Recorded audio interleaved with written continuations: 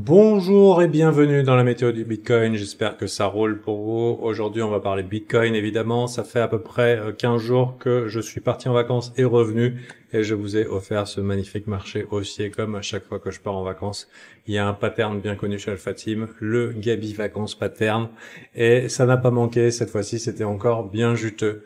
Donc comment ça se passe ici ? On a un Bitcoin qui est particulièrement bull. Bon, je vous apprends rien, et un marché qui est assez vert, c'est-à-dire qu'il est assez régulier, qu'on ait des journées qui soient intégralement vertes au niveau altcoin, ce qui est plutôt positif. Et maintenant, la question c'est, alors que l'Open Monthly vient d'arriver, on va commencer par un petit Open Monthly avec une petite analyse Bollinger. J'aime bien Bollinger pour un petit peu de la continuation de tendance, ou alors évaluation d'un petit peu là où on en est, et on se retrouve avec un magnifique break de Bollinger Monthly.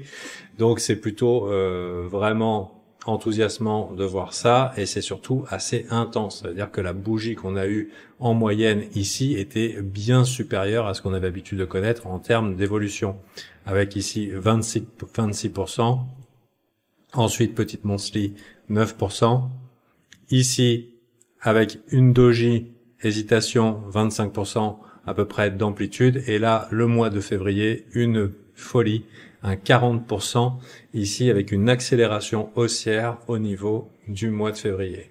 Alors, on est bien sorti de la Bollinger. En général, ça veut dire que c'est suracheté. Donc, pour sûr, c'est probablement pas une bonne idée d'entrer par ici.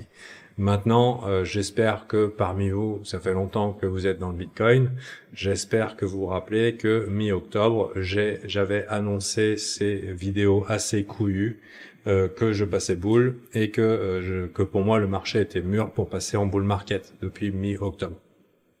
Donc actuellement, on est franchement bien étendu au-delà de Bollinger. Donc les breakouts de Bollinger en général, c'est des confirmations de mouvement.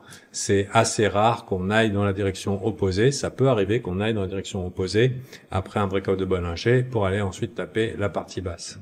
C'est pas le scénario que je vais vous servir aujourd'hui. Pour l'instant, ce que je considère, c'est que l'amplitude de 40% ce mois-ci peut être, on peut avoir une amplitude de 40% au niveau de la monthly du mois suivant, et j'espère dans la direction upside. C'est pas garanti que ça soit dans la direction upside. La direction haussière, ça peut être baissier, ce que je souhaite pas du tout parce que ça serait très très mauvais pour l'ensemble du marché des cryptos, mais pour l'instant les bulls ont bel et bien la main, et si ils ont eu la main pendant tout ce temps-là, bah pourquoi pas plus de la même chose. Maintenant on est bien conscient qu'on arrive sur des zones qui ont fait résistance sur le passé, et on pourrait dire même les zones exactes qui ont fait résistance par le passé. Ce sont les zones exactes qui ont fait résistance sur le passé. Donc c'est des zones où il y a beaucoup de gens qui pourraient être tentés de hedge leur position, de prendre leur profit à l'approche de résistance, et qui à mon avis sont de bons moteurs pour du fuel, c'est-à-dire pour plus de up. Pourquoi ? Parce que ça nous fait des bons clients pour des shorts à les nettoyer, ne serait-ce que pour aller chercher les liquidités qui sont au-dessus de l'ATH. Donc voilà ici. Donc je m'engage un petit peu ici en disant que pour l'instant tout va bien niveau monthly, on a tout qui indique à la hausse. C'est pas comme je vous dis, l'entrée est trop tardive. Normalement vous êtes rentré depuis très longtemps dans le Bitcoin. La news ETF c'est pas nouveau. Il n'y a pas de raison d'entrer ici si vous êtes très tardif. Ça veut pas dire que c'est une bonne raison non plus pour short. Ça veut dire que si vous voulez rentrer, idéalement, vous voulez voir une consolidation du prix qui vous permet au moins de placer un stop et d'invalider votre trade. La dernière consolidation qu'on a eue, elle a duré plusieurs semaines ici. Le dernier stop, entre guillemets, qui nous fait office de support pour les bulls si jamais il y avait un dip, il est de cet ordre-là, entre 52 000 et 50 560. Donc ça, c'est l'endroit où les derniers bulls sur cette dernière jambe, sur les derniers jours, ont placé leur stop en vue d'une continuation haussière, jambe, continuation haussière. À noter qu'on se retrouve aussi dans des mouvements de type AB égale CD à une combinaison entre guillemets d'un ABCD ici AB, on va cloner, on va regarder un petit peu où ça nous mène. Et on va le mettre sous le creux ici. Donc on arrive dans cette zone ici. Donc on est dans une zone de profit pour ceux qui tradent les symétries de marché. Et sinon, on en a une plus grande, si on se met un petit peu en weekly, qui nous emmène à peu près dans la même zone. Donc c'est pas étonnant qu'on ait un petit peu des résistances. Ici, le ABCD, non, bah non, il est fait. Si, ah oui, il y a ce ABCD qui nous emmène là, et si on se place en daily, on en avait un autre, donc on avait une combo. C'était le ABCD qui nous menait à cette petite conso avec un clone ici. Donc là, pourquoi je vous dis ça? C'est pas pour que vous preniez profit ou que vous dites, ah là là, c'est bear, etc. Le marché arrive dans des zones de turbulence. Mais il arrive dans des zones de turbulence façon bullet train, quoi. Il arrive en disant chouchou, je vais tout défoncer. Donc donc c'est plutôt enthousiasmant. Personnellement, je nous vois bien faire quelque chose d'un petit peu blow off topy. C'est un terme, le blow off top, c'est en général ces accélérations haussières into grosse volatilité qui marque la fin d'un mouvement. On aurait pu penser que c'était arrivé ces quelques jours, et on voit qu'ici on a un petit peu cette volate ici, mais c'est pas encore des gros rejets en termes de daily. Donc il y a plusieurs considérations à penser. On est dans une zone de turbulence, c'est clairement pas un bon endroit pour entrer à l'approche des résistances, et plus on va approcher des résistances, plus il y a des gens qui vont se hedge, et plus les vendeurs vont se manifester, et plus il y aura des turbulences potentielles. Si vous n'êtes pas rentré avant, malheureusement, il vaut mieux rentrer sur un dip qui peut faire peur. Malheureusement, vous êtes trop tard dans la partie. Et quand je dis ça, ça veut dire un dip, je dirais une amplitude de 20%. On a vu que le dernier dip de 20%, c'était probablement l'opportunité d'achat de l'année. Donc là, on peut s'attendre, un dip de 20%, ça peut faire entre 20 et 30%. Donc 30% sur BTC en marché bull, ça a toujours été très très très juteux de se positionner dessus. Mais on a vu qu'actuellement, les bulls sont plutôt agressifs. 20%, c'est plutôt pas mal. Maintenant, moi, je suis full Bitcoin. J'ai pas envie de sortir de ma position. Ma position est confortable.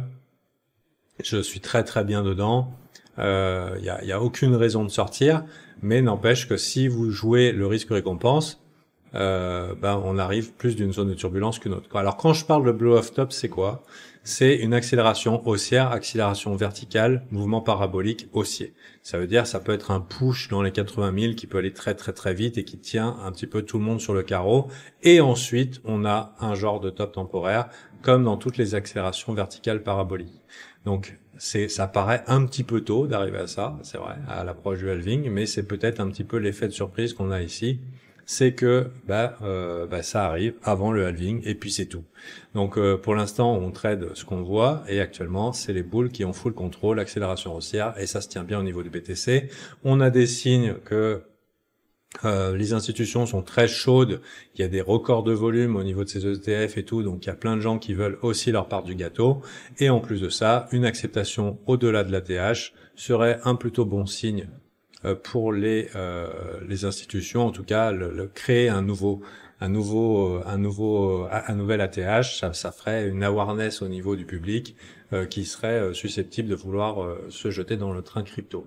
Maintenant, il y a un nota bene. Donc, si vous restez pas à la fin des vidéos en disant ouais, c'est sauté nul et pourquoi tu dis que ça monte, ça fait 5 mois que ça monte, ça va pas monter 6 mois, ça peut monter 10 mois, ça peut monter 10 ans. Ça veut pas dire que c'est ce que ça va faire, mais ce que je voudrais simplement faire remarquer, puisqu'il y a toujours un nota bene, c'est que les gens sont un petit peu trop Jackie Téton. Ils sont trop Jackie Téton. Jackie Téton référence Alpha Team à Jacket to the Tits, I'm Jacket to the Tits dans The Big Short, où le mec il est trop excité des tétons. Il dit I'm Jack to the Tits. Hein, c'est comme ça. Donc quand le monde est Jackie Téton comme ça, malheureusement, c'est des gens qui sont trop exposés en dérivatifs. Et en général, comment ça se passe? Ça se passe avec un mouvement un petit peu, on va dire, j'aime pas utiliser le terme parce que pour moi c'est complètement bidon, mais on va l'utiliser quand même, correction. C'est-à-dire un mouvement de correction, il peut être très rapide, ça peut être de l'ordre du flash crash ou de la vilaine surprise, quelque chose qui nettoie au moins les dérivatifs au niveau des altcoins.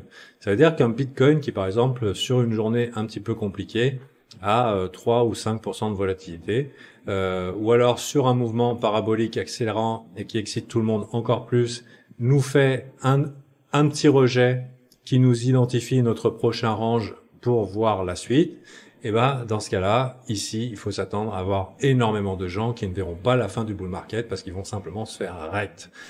Pourquoi? Parce que trop de levier, vouloir être riche trop vite, tout faire en un trade, c'est le grand classique. Et en général, ces gens-là ne sont pas récompensés pour avoir chassé les trades. Bien sûr, il y en a quelques-uns qui esquivent les balles, tant mieux pour eux, mais s'ils ont des mauvais comportements sur les marchés, il faut s'attendre à ce que le karma s'occupe d'eux en temps voulu, parce que quand tu fais de la merde une fois, deux fois, trois fois, ça passe, mais si tu fais 1000 fois, au bout d'un moment, tu te prends la claque.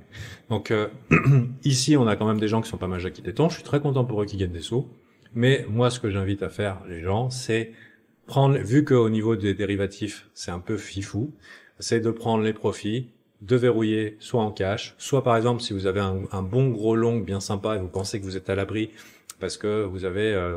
vous dites, ouais, mais on viendra pas chercher mon stop ou ma liquidation à 30% du prix. Si. Donc, ce que vous pouvez faire, c'est que vu que c'est un bon gros long bien fat, c'est prendre le profit, le mettre dans l'altcoin en spot, et en général, s'il y a un gros nettoyage ou une grosse mèche surprise qui comme ça reset instant le funding, vous retrouvez en situation marché plutôt haussier, qui vous pardonnera l'erreur, qui vous donnera le spot. Si ça continue, bah, vos profits, c'est juste plus de profits, et vous offrez pas au patron d'échange la possibilité de vous prendre votre stack. Donc voilà, je m'attends quand même un petit peu de volatilité. Pour l'instant, bull. On reste bien sûr prudent parce que c'est le premier jour du mois de mars et tout peut changer dans la semaine qui vient, évidemment. Moi, pour invalider ce trend, il me faudra quand même un petit peu de temps, même si je tremblote toujours un petit peu en début de mois parce que la bougie, elle peut changer de couleur. Et on a vu que l'amplitude de la dernière a été plutôt costaude. Donc voilà, c'était une petite méthode Bitcoin, retour de vacances. Qu'est-ce que je dirais? Je dirais marché hot, super. Je suis rentré de vacances, donc le Gabi Vacances Pattern, Holiday Pattern, il fonctionne plus. Je suis là, les gars. C'est pas de ma faute, c'est pas moi qui vais vendre ici tout de suite. On laisse les choses se faire. Pour l'instant, les bulls ont full contrôle. On attend de voir de la volatilité, des grosses mèches, etc. au niveau monthly, weekly. Même si on est overbought au niveau des Bollinger et tout, puisqu'on est extrêmement sorti des Bollinger, ça veut pas dire que c'est bear, hein. Au contraire, ça veut dire que c'est bien bull. On voit qu'ici que même les traders de divergence RSI, ils en ont aucune à se mettre sous la dent parce que c'est ultra fort, tout simplement. Donc tant mieux pour eux, ça évitera de se faire rect à trait d'une divergence qui va les mettre dedans. Ce qui arrive souvent en marché aussi, la plupart des traders de divergence RSI se font défoncer. Et voilà. Là, ici, ils n'auront pas l'occasion de se faire piger dessus. Peut-être justement, ça peut faire un peu surprise si on avait du Diperino. Mais je pense que ce qui peut quand même faire mal, parce que la plupart des gens sont exposés alt et pas Bitcoin, c'est une franche traversée des ATH avec une accélération haussière de type blow-off topi. Et quand je dis blow-off topi, ça veut pas dire que forcément ça va blow-off top réintégration et puis doom. Hein, ça peut arriver malheureusement, ça peut franchement arriver. Jusqu'à preuve du contraire, c'est un range sur le Bitcoin. Avant de terminer sur cette note, il y a beaucoup de gens qui sont pas assez exposés sur le Bitcoin. En fait, ils sont exposés sur les alts en attendant que ça soit le tour des alts. Et du coup, si vraiment ça venait à partir foufou accélération, ça peut vraiment être une occasion, par exemple, que les alts en paire BTC se fassent défoncer pendant cette phase d'accélération et que les gens abandonnent leurs alts tellement fort que ça FOMO sur BTC. Bon, tout ça, c'est des scénarios inventés, sortis de mon fion. Hein. C'est l'analyse. Hein. Je veux dire, on fait tout ça. J'essaye que les miennes soient un peu pertinentes, mais je me permets des trucs, comme vous voyez. Donc ici, pour l'instant, à l'approche d'une résistance, si vous n'en avez pas, tant pis. Moi perso, j'ai plutôt envie d'être exposé. Je pense qu'on peut encore déchirer les visages à la hausse. Le pire scénar, ça serait ATH into réintégration et ceci n'était qu'un range. Qu'est-ce que tu croyais? Et en fait, du coup, ça c'est le pire scénario possible. C'est c'était un range du BTC et les altcoins étaient en bear market rally. Bah oui, parce que les altcoins, elles ont pas tant pompé que ça. Elles ont fait des jolis trucs, mais pour un altcoin, on pourrait très bien dire ça tient la route que ce soit un bear market rally. Pour le Bitcoin, ça tient la route que ce soit un range. Maintenant, avec les ETF, avec la forte demande, avec l'awareness du public qui arrive et tout, à voir comment ça se passe. Est-ce qu'on se fait un range parce qu'il y a les élections américaines qui arrivent en fin d'année. Il y a peut-être la Fed qui va pivoter. Des fois, on a des petits dumps qui arrivent pendant les 6 premiers mois de la Fed qui pivote. On verra un petit peu comment ça se passe. Pour l'instant, ça se passe ultra bien. Les holders de Bitcoin se portent très bien. Et moi, comment je fais au niveau des alts, vu que c'est un peu avec les founding le jeu de la patate chaude, j'essaye de capturer des petits moves au niveau altcoin et de les verrouiller. Ça veut dire, je prends une entrée, je prends un gain, et le gain, je le garde dans l'alt que je hold. Du coup, j'ajoute pas à mon risque. La plupart de mon risque est en BTC, sauf quand je vais faire un scalp d'alt. Et l'alt que je gagne en profit, je le garde pour ne pas avoir à perdre plus de thunes. Si jamais on a un gros vilain crash, c'est des choses qui peuvent arriver. Du coup, voilà, surtout si la volatilité s'excite. Alors, bien sûr, là, si ceux qui tombent sur la vidéo et qui voient ce gros graphique, ils disent, mais qu'est-ce qu'il raconte? Je voudrais aussi, enfin, nous dire une chose. On va regarder un petit peu le gold. On pourrait identifier que, par exemple, ici, BlackRock nous dessine l'équivalent de la fractale du gold au niveau de l'ETF. On a à peu près quelque chose d'assez similaire à ce qui s'est passé avec la fractale du gold post-ETF. Donc ça s'est passé ici, ETF c'était en 2003, pardon. « 2003... » Ouais, bah c'est ça.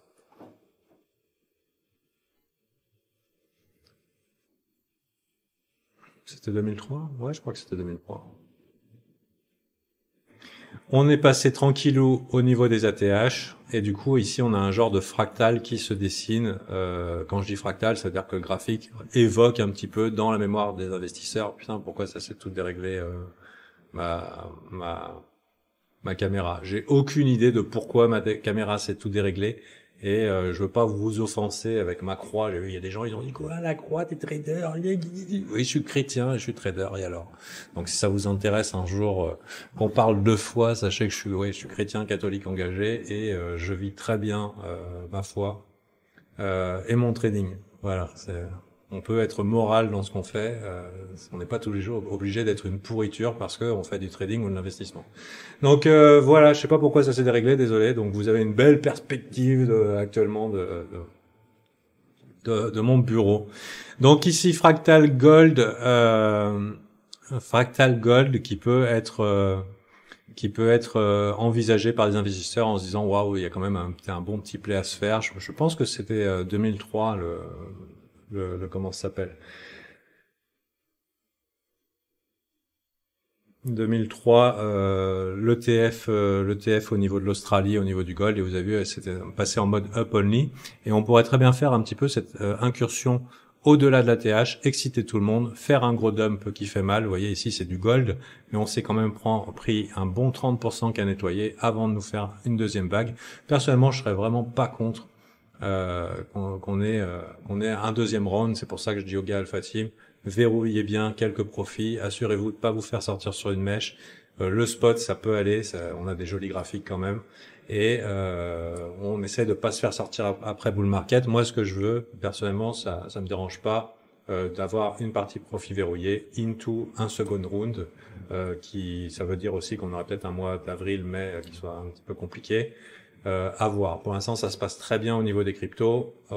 C'est bien chaud. On a de la chance avec l'enthousiasme au niveau des tech stocks, l'intelligence artificielle. C'était pas évident que les cryptos trouvent le relais, mais elles ont trouvé le relais. Donc, on est très content. Donc, petite météo de Bitcoin ici pour vous mettre un petit peu de contenu sur la chaîne Alpha Team maintenant que je suis rentré. Perso, j'adore les vacances où je gagne des sous quand je pars et que je reviens avec plus que quand je suis parti, c'est cool. Et j'espère que ça roule pour vous. Allez, à bientôt, c'était Gabriel.